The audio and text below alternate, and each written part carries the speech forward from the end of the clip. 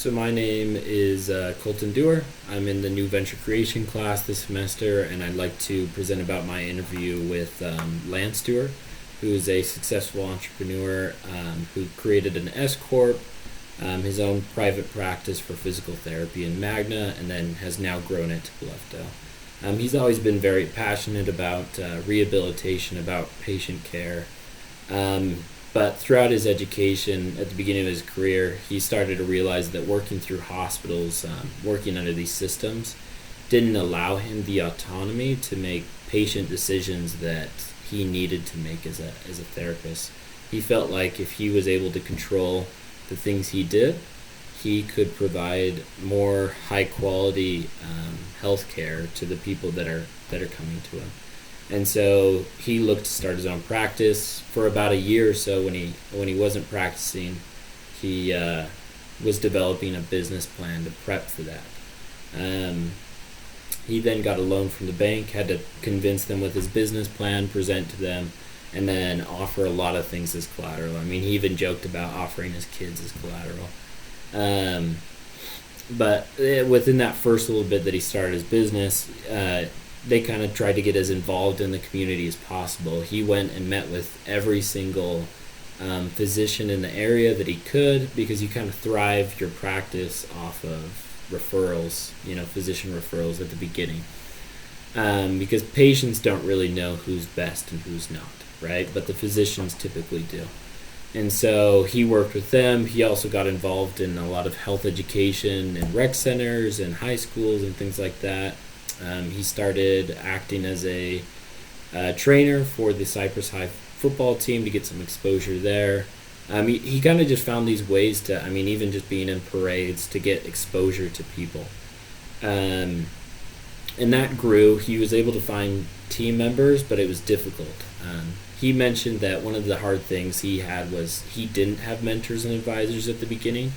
And so he felt like he had to fall and make a lot of mistakes before he actually had success. So finding team members was really hard. It was a lot of trial and error, but eventually they found these people that were as passionate about what he was passionate about, and they knew that these people could fill gaps they couldn't. For example, their office manager, they knew she was highly experienced in a lot of different finance things, accounting and billing and things like that.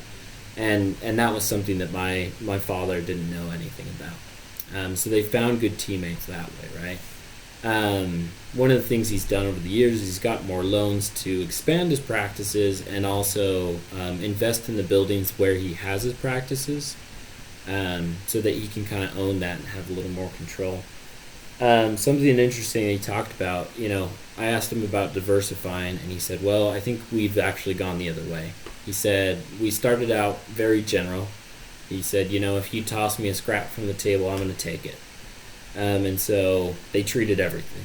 And they tried initially to, specify a little more, to gain a little niche. So they did a lot of women's health programs and vestibular health and things like that, but they kind of fell through. Nothing really became of it.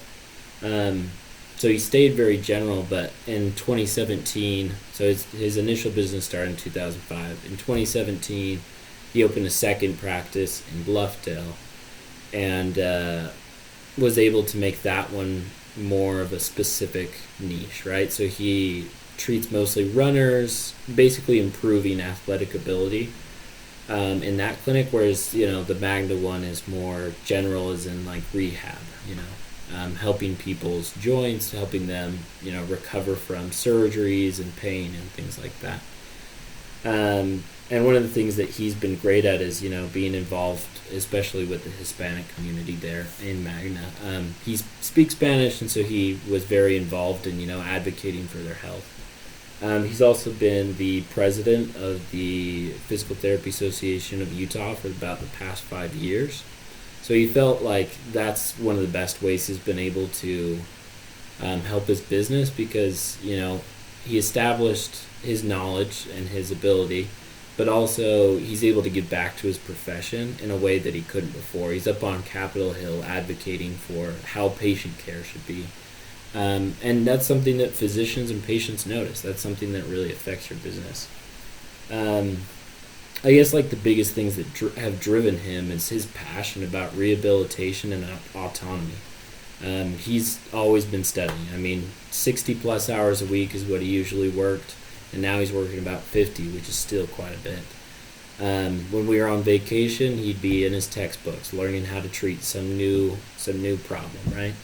And so I think that's something that really impressed me. I'd say the three things that really stood out to me is, his passion and how that's driven him. He didn't know how to do most of the business stuff, but because he was so passionate about, patient care and rehabilitation, he was able to, knuckle down and figure out how to do it. I think the other thing that was really important to me is, that community engagement. He was able to show the community, hey, I'm not just here to make money. I'm here to, benefit the community and its health. And then I think the last thing that really stood out to me was his ability to grow his business over time using key team members. Um, he explained his business wasn't really growing initially because he couldn't find good team members. But as soon as he found another therapist that could be a manager and a woman that could be the office manager that would, really push their business and fill those gaps that he didn't know how to do, that's when he felt like his business grew. And so I think that's something to remember for my venture in the future.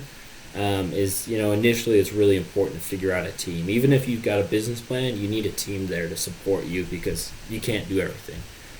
Secondly, figure out what you're passionate about and drive for it no matter what. Whether you're on vacation or whatever, always be pushing for something, right? And then lastly, be engaged in your community.